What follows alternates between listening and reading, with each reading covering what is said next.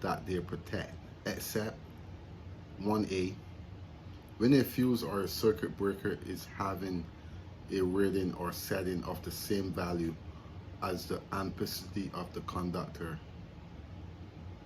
is not available, the rating or setting given in Table 13 shall be permitted to be used with the maximum value of 600 amps.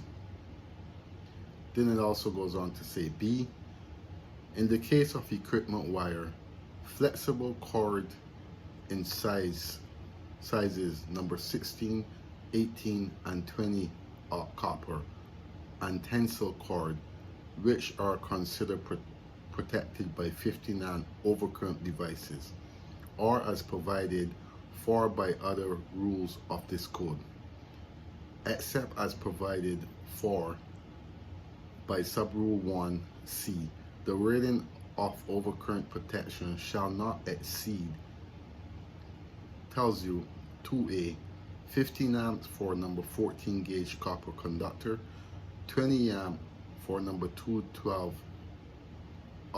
copper conductor, 30 amp number 10 copper conductor, 15 amp for number 12 aluminum conductor, and 25 amps for number 10 aluminum conductor.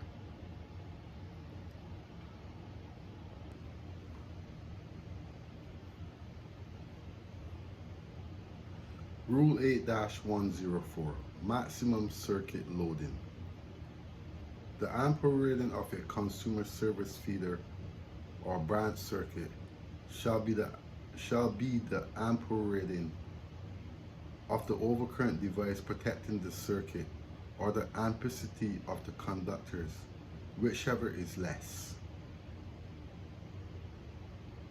The calculated load in a circuit shall not exceed the ampere rating of the circuit.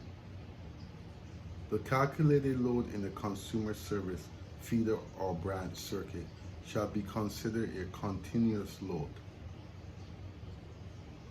The calculated load in a consumer service feeder or branch circuit shall be considered a continuous load unless it can be shown that in normal operation it will not possess for, and it goes on to tell you, a total of more than 1 hour in any 2-hour period if the load does not exceed 225 amps, or a total of more than 3 hours in any 6-hour period if the load exceeds 225 amps. Also goes on to say, 4, a load of a cyclic or intermittent nature shall be classified as continuous unless it meets the requirements of subrule 3.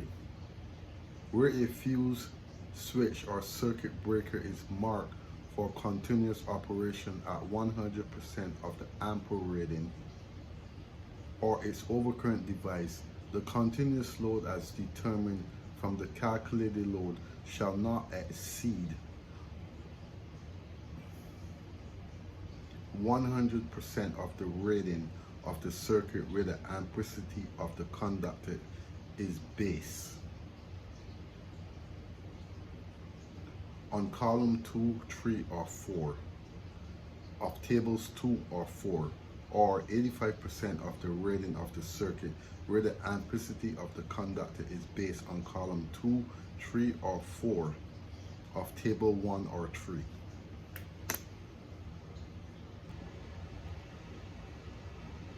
Rule 4-004, ampacity of wires and cable. It also tells you you can go to Appendix B. The maximum current that a copper conductor of a given size and insulation is permitted to carry shall be as follows. Single conductor and single conductor metal sheeted cable or armored cable in free air run with a cable spacing not less than 100% of the larger cable diameter as specified in Table 1. That is 1A. 1B, 1, 2, or 3 conductors in a run of a raceway, or 2 or 3 conductor cable, except as indicated in Subrule 1D as specified in Table 2. 1C, 4 or more conductors in a run of cable raceway of raceway or cable as specified in Table 2, with the correction factor applied as specified in Table 5C. Single conductors and 2, 3, and 4 conductor cables, and single conductors and 2 and 3 and 4 conductor metal armored and metal sheeted cables, unsheeted and rated not more than 5 kilovolts. In conductor size, number 1R and larger, installed in accordance with configuration described in the diagrams DA to D11 in an underground run, directly buried in a raceway as specified in tables D8A to D11B, or as calculated by the IEEE 835 calculation method.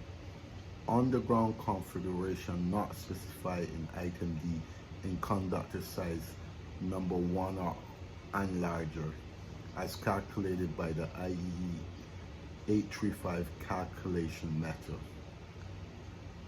Underground configuration in conductor size smaller than number 1R as specified in items B, or as calculated by the IEEE 835 calculation method. And also goes on to say, G, sheeted cables rated 5 kilovolts to 46 kilovolts in size, number 2 watt to 1000 kc mil as specified in tables D17A to D17N for the configuration described therein and the condition described in table D17, or as calculated by the IEEE 835 calculation method.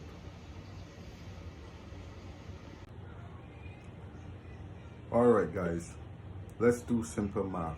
We have a 20 amp breaker. What is the maximum continuous load we're allowed to put on this breaker? Breakers are rated at 100%, but the continuous load, we only use 80%.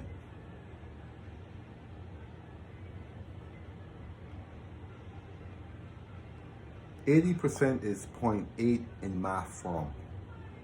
20 times 0.8 equals 16 amps.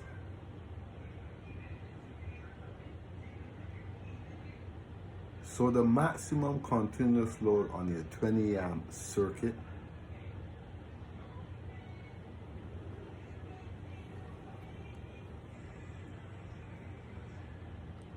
is 16 amps.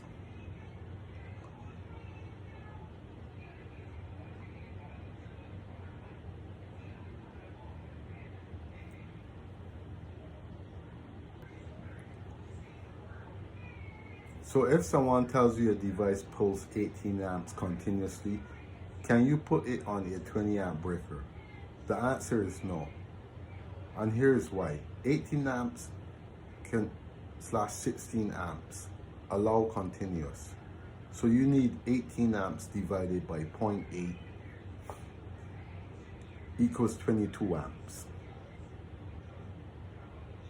Meaning you'll need a 25 amp if allowed by equipment and conductor size. That's how pros calculate backward.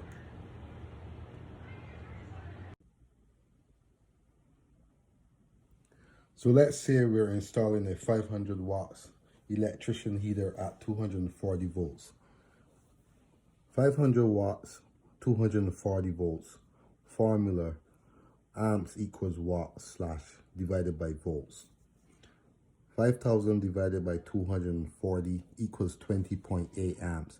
So this heater draws 20.8 amps.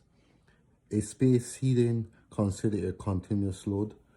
Yes, because it can run for more than 3 hours. Rule 8-104, subrule 5, multiplied by 125%. 20.8 amps times 1.25 equals 26 amp. Code requires the breaker to be rated at least 125% of continuous load.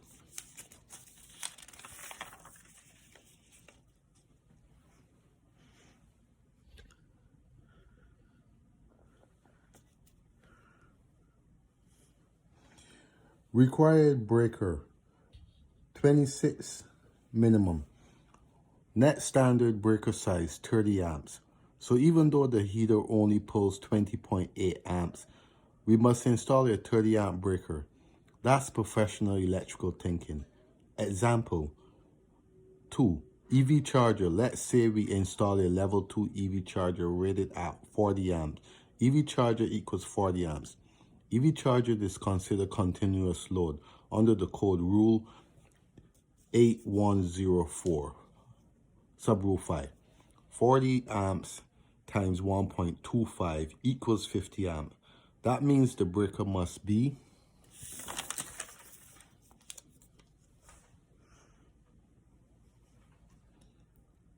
at least 50 amps. Required breaker equals 50 amps.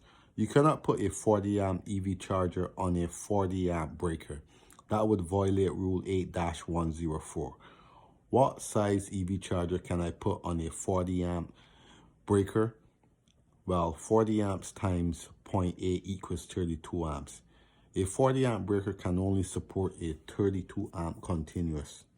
Max EV charger on a 40 amp breaker, 32 amp charger. That's why you see 32 amps EV charger on a 40 amp breaker, 40 amp EV charger on a 15 amp breaker, 48 amp EV charger on a 60 amp breaker.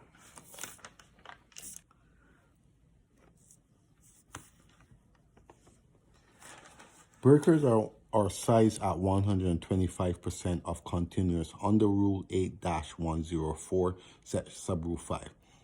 That's where the 80% rule comes from. This is math from code, not opinion.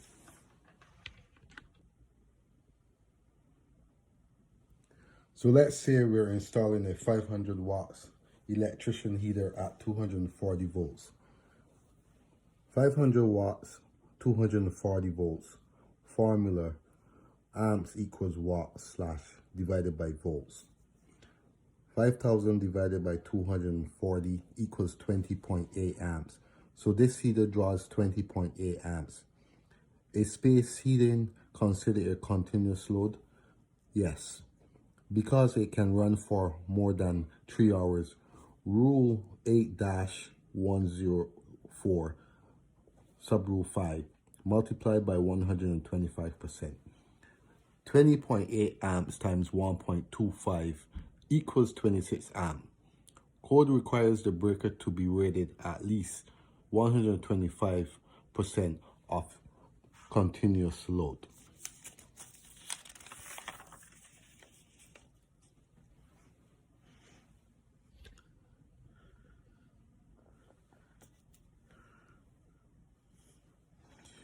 Required breaker 26 minimum. Net standard breaker size 30 amps. So even though the heater only pulls 20.8 amps, we must install a 30 amp breaker. That's professional electrical thinking. Example 2. EV charger. Let's say we install a level 2 EV charger rated at 40 amps. EV charger equals 40 amps. EV charger is considered continuous load under the code rule 8104, subrule 5. 40 amps times 1.25 equals 50 amp. That means the breaker must be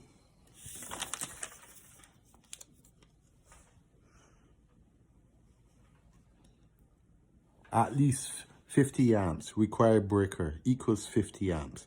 You cannot put a 40 amp EV charger on a 40 amp breaker. That would violate rule 8-104. What size EV charger can I put on a 40 amp breaker? Well, 40 amps times 0.8 equals 32 amps. A 40 amp breaker can only support a 32 amp continuous. Max EV charger on a 40 amp breaker, 32 amp charger. That's why you see 32 amps EV charger on a 40 amp breaker, 40 amp EV charger on a 15 amp breaker, 48 amp EV charger on a 60 amp breaker.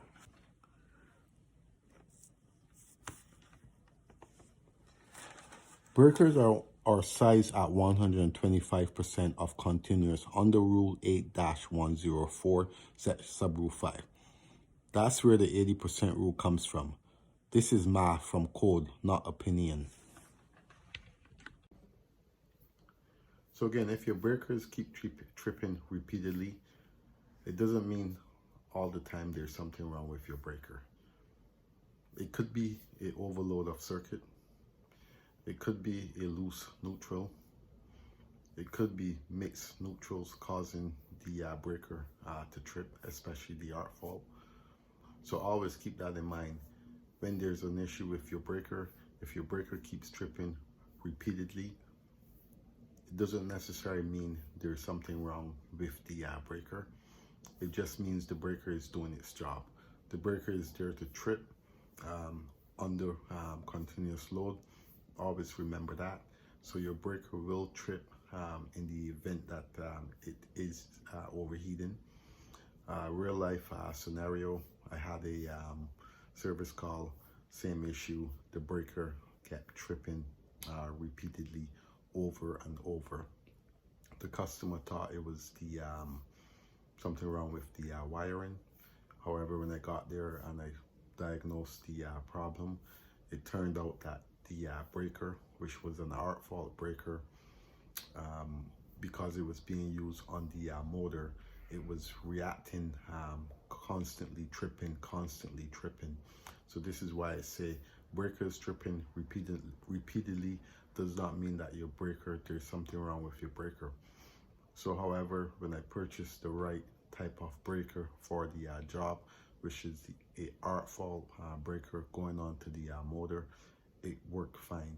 So that's to tell you, changing your breakers all the time does not mean you're solving the problem. You need to solve the issue first before you change out your breaker.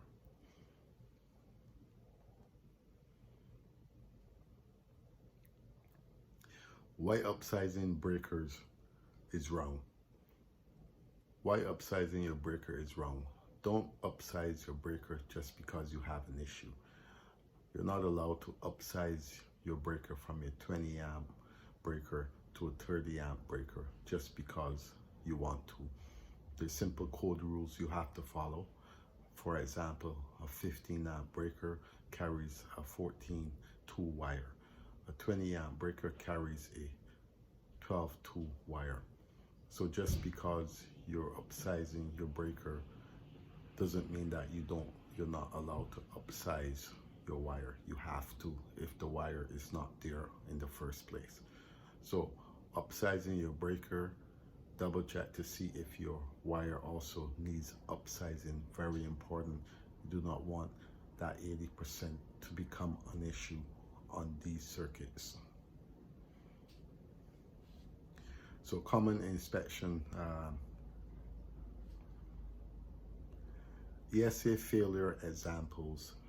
If you do not remove your bonding screw from the panel, you will fail the inspection if you do have it as a sub panel. Always remember to use the correct breakers for the panel. Eaton panel will carry a Eaton breaker. Siemens panel will carry a Siemens breaker. 2-pole breakers will go on 2-pole, what are called for 2-pole, maybe your heater, your baseboard heaters sometimes, or your AC unit will call for 2-pole. So always remember, if you are going to have a 2-pole breaker, make sure they are serving what they are supposed to do.